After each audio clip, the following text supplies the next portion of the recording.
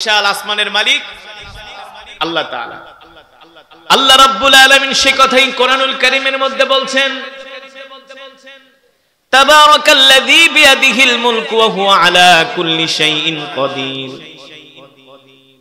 আল্লাযী খালাকাল মাউতা ওয়াল হায়াতা লিয়াবলুয়াকুম আইয়ুকুম আহসানু আমালা ওয়া হুয়াল আজিজুল গফুর।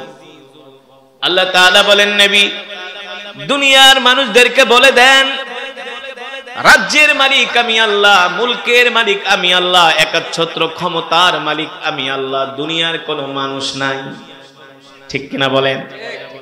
আমার জমিন, আমার আসমান, আমি আল্লাহ অক্সিজেন দিয়া দুনিয়ার মানুষদেরকে পালি। আর আমার জমিনের মধ্যে দুনিয়ার মানুষগুলো বসবাস করে, আমার অক্সিজেন, আমার দেওয়া রিজিক গ্রহণ করে, তারা আমার হুকুম, আমার বিধান মানে না। আপনি তাদেরকে সতর্ক করে দেন, আফা হাসিবতুম আন্নামা খলাকনাকুম আবাসা ওয়া আন্নাকুম ইলাইনা লা তুরজাউন। আল্লাহ রাব্বুল আলামিন বলেন, নবী তারা কি ধারণা করেছে আমি আল্লাহ তাদেরকে দুনিয়াতে এমনি এমনি সৃষ্টি করেছি? আল্লাহ তাআলা বলে, না না না, আমি আল্লাহ তাদেরকে দুনিয়াতে এমনি এমনি সৃষ্টি করি নাই। এই দুনিয়াতে আমি আল্লাহ মানুষদেরকে সৃষ্টি করেছি একমাত্র আমার ইবাদত করার জন্য। ঠিক কিনা? কার ইবাদত? আল্লাহ তাআলার ইবাদত করার জন্য আল্লাহ তাআলা আমাদেরকে সৃষ্টি করেছেন। এখন কি দুনিয়ার মানুষগুলো আল্লাহর ইবাদত করে নাকি শয়তানের গোলামি করে? হ্যাঁ? সমাজের কত পার্সেন্ট মানুষ নামাজ পড়ে? কত পার্সেন্ট? 100-র ভিতরে 3% মানুষও নামাজ, 100-র মধ্যে 3% মানুষও নামাজ পড়ে না। শতকরা 100-র মধ্যে 3% মানুষও নামাজ পড়ে না। আল্লাহ তাআলার হুকুম মানে না, আল্লাহ তাআলার বিধান মানে না। আল্লাহ তাআলা বলেন, তোমরা কি মনে করেছো আমি আল্লাহ তোমাদেরকে দুনিয়াতে এমনি এমনি পাঠাইছি? আল্লাহ তাআলা বলে, না না না, আমি আল্লাহ তোমাদেরকে দুনিয়াতে এমনি এমনি পাঠাই নাই। আমি আল্লাহ তোমাদেরকে দুনিয়াতে পাঠিয়েছি আমার গোলামি করার জন্য। আমার গোলামি না করে, আমার হুকুম, আমার বিধান না মেনে যদি তোমরা কবরে আসো, আর আমার কাছে তোমাদেরকে আসতেই হবে, প্রত্যাবর্তন করতেই হবে। ঠিক কিনা বলেন? তখন আমি আল্লাহ তোমাদের থেকে কড়ায় গন্ডায় হিসাব নিব। কড়ায় গন্ডায় হিসাব নিব। এই কারণে মুসলমান, এই দুনিয়ার জমিনে যদি কোনো যুবক বলে আমি মুমিন হতে চাই, আমি আল্লাহ তাআলার প্রিয় হতে চাই, আল্লাহ তাআলার রহমত পেতে চাই, এই পৃথিবীর জমিনে একমাত্র আল্লাহ রাসূলকে ভালোবাসা না ছাড়া মুমিন হওয়া যাবে না। আল্লাহ তাআলা সে কথাই কোরআনুল কারীমের মধ্যে বলছেন, লাকাদ কানা লাকুম ফি রাসূলিল্লাহি উসওয়াতুন হাসানা।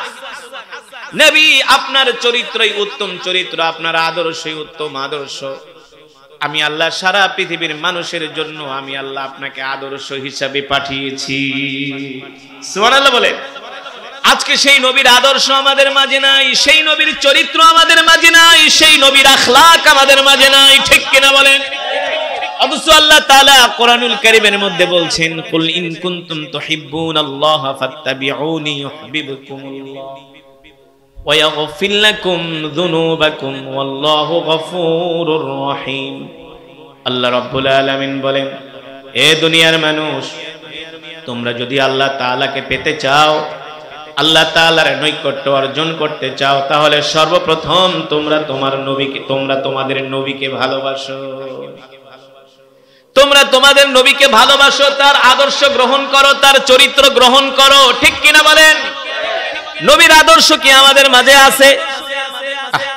নবীর আদর্শ আজকে যুবকদের মাঝে নাই, নবীর আদর্শ আজকে বৃদ্ধদের মাঝে নাই। কারণ আজকে যুবকদেরকে মসজিদে পাওয়া যায় না, বৃদ্ধদেরকে পাওয়া যায় চায়ের দোকানে বসে। 60 বছর হয়ে গেছে, এখনো বাংলা সিনেমা দেখে না। আর সমাজে এমন কিছু যুবক আছে, তাদের চেহারার দিকে তাকাইলে মনে হয় না তারা মুসলমানের সন্তান। ঠিক কিনা বলেন?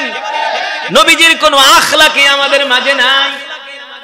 আল্লাহ রাসূল সাল্লাল্লাহু আলাইহি ওয়াসাল্লাম 63 বছর জিন্দেগিতে কোনোদিন কোনো মানুষের মনে কষ্ট দেয় নাই। কাফের তো দূরের কথা, আল্লাহর নবী কোন মানুষের মনে কষ্ট দেয় নাই, অমুসলিমের মনেও কষ্ট দেয় নাই, ঠিক কিনা? তিনি ছিলেন পরোপকারী, তিনি ছিলেন গরিবের বন্ধু, তিনি ছিলেন দরিদ্রদের বন্ধু, তিনি ছিলেন এতিমদের বাবা, ঠিক কিনা বলেন? আল্লাহ রসুলের আদর্শ আমাদের মাঝে নাই, আল্লাহ রসুলের চরিত্র আমাদের মাঝে নাই। এই পৃথিবীর জমিনে আমরা যতই নেতার আদর্শ গ্রহণ করি না কেন, যতই গণতন্ত্র, রাজতন্ত্র, সমাজতন্ত্র প্রতিষ্ঠা করতে চাই না কেন, আমরা আমাদের দেশ সমাজকে যতই শান্তির দেশ বানাইতে চাই না কেন, এই পৃথিবীর কোন মানুষের আদর্শ দ্বারা শান্তি প্রতিষ্ঠা হতে পারে না, একমাত্র আল্লাহ রসুলের আদর্শ ছাড়া। কেমন ছিলেন তিনি দরদনবী, কেমন ছিল তার আদর্শ, তিনি গরিবদের কেমন ভালোবাসতেন, অসহায়দের কেমন ভালোবাসতেন। আজকে যদি সত্যিকার অর্থে আল্লাহ রসুলের আদর্শ আমাদের মাঝে থাকতো, আমাদের সমাজে থাকতো, তাহলে কখনো 10 টাকা 5 টাকার জন্য রিকশাওয়ালা ভাইকে থাপ্পড় খেতে হতো না। হতো? 10 টাকা 5 টাকা ভাড়ার জন্য অনেক সময় রিকশাওয়ালা ভাইকে থাপ্পড় মারে, আছে কি আছে না? জুতা চুরি করার দায়ে জুতা চোরকে পিটায় হাড্ডি ভেঙে দেয়। অথচ crore crore million million dollar যারা চুরি করে তারা এসি রুমের মধ্যে বসে আরাম করতেছে, কথা বলে। অথচ বেচারা গরিব মানুষ দারিদ্রতার কারণে, অভাবের কারণে, কষ্টে পড়া উপায় না দেখা জুতা চুরি করে, ঠিক কিনা বলে? আর যেই বড় বড় চোরেরা মহাসড়কের আলকাতরা গুলা বিক্রি করে খায়, মহাসড়কের পিচ ঢালাই 6 মাস না গেলে ফাইটা যায়, ঠিক কিনা বলে?